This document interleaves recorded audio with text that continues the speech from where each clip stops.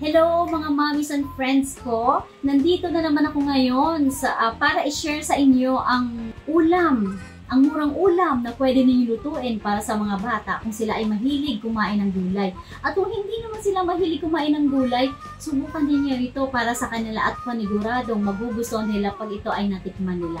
Okay, yung mga ingredients na gagamitin ko sa pagluluto ng ulam na ito, idediretso ko na lang sa pagluluto ko. Okay? So, mga friends, welcome back to my vlog and welcome back to my channel.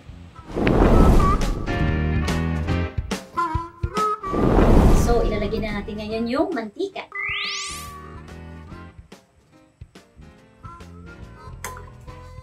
Okay, so painitin muna natin ang mantika.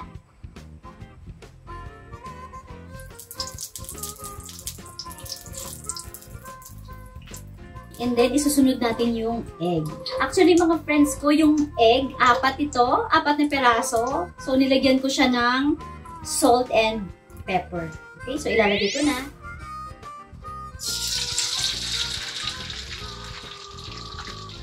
Yan. So, habang niluluto, kailangan natin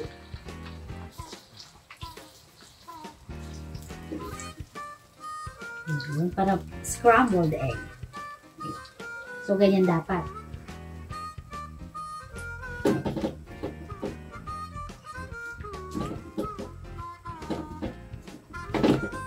Yan. So, malapit na. Hindi siya dapat.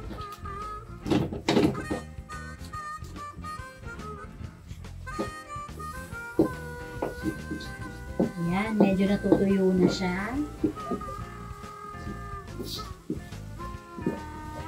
Yun o, tuyo na. Okay?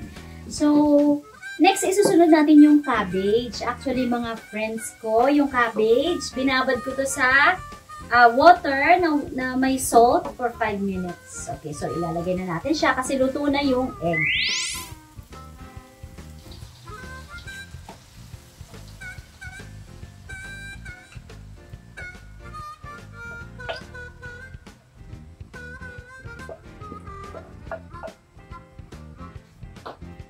Okay, yun. So, haluin lang natin, ha.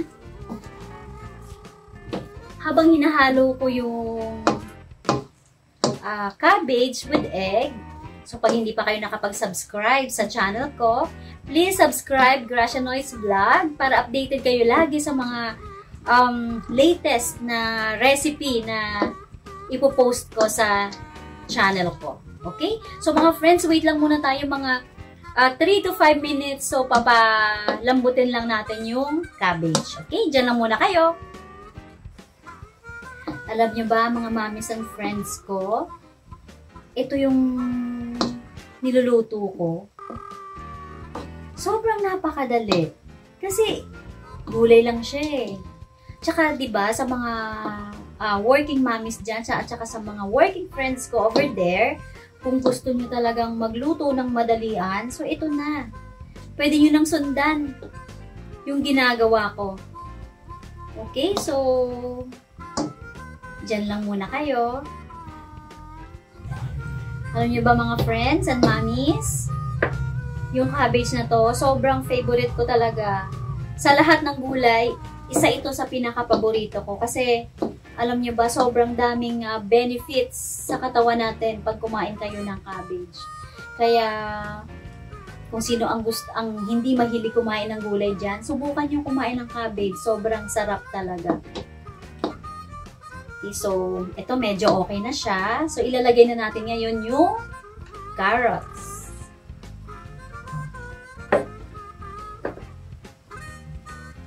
Ito na. And, alam niyo ba, yung carrots? Ako, sobrang sarap din to.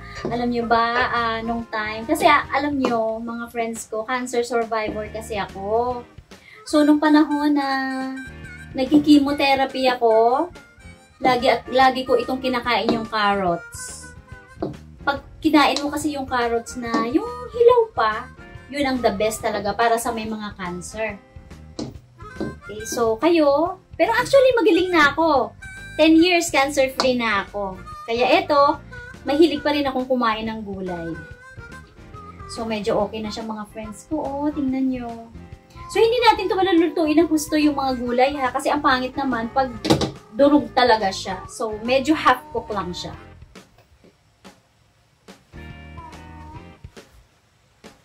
So, di ba gumawa tayo kanina ng sauce? Ito yung oyster sauce, soy sauce, salt and pepper. So, ito na siya. Ihahalo na natin siya dito.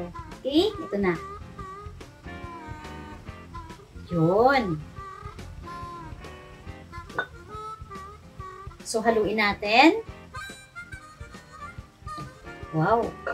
Alam nyo, medyo mabango na siya. Ang sarap.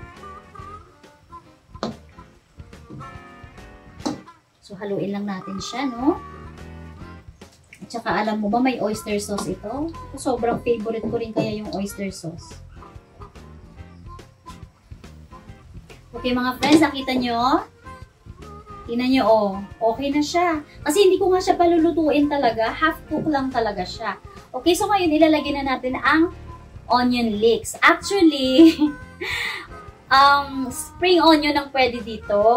Ang spring onion talaga. Kaso lang, hindi available ngayon ang spring onion. Kaya, pwede naman ang onion leeks. Actually, mga friends, hindi na ako namalengke.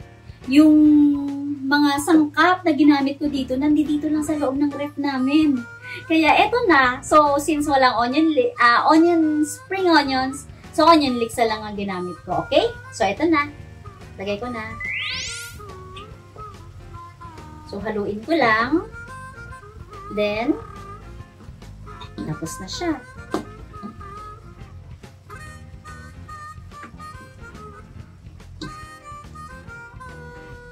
Wow!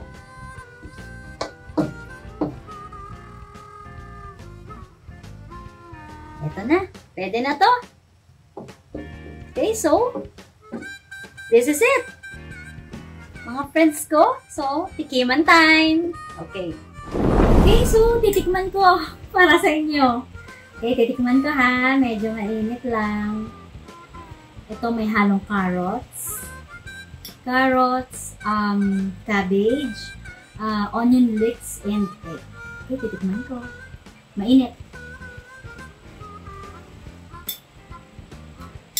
Alam nyo, perfect talaga. Sobrang sarap talaga kasi lahat. Balanse yung lasa. Lahat-lahat. Tama lang. Perfect. Wala akong masasabi. Basta perfect. Okay? Isa pa. At saka po pag sa mga mommies and friends ko na hindi pa po nakapag-subscribe sa channel ko, please subscribe Gracia Noise Vlog para updated po kayo lagi sa lahat ng videos at mga recipes na i-upload ko. Okay? So, kain na tayo. Bye! See you in my next vlog!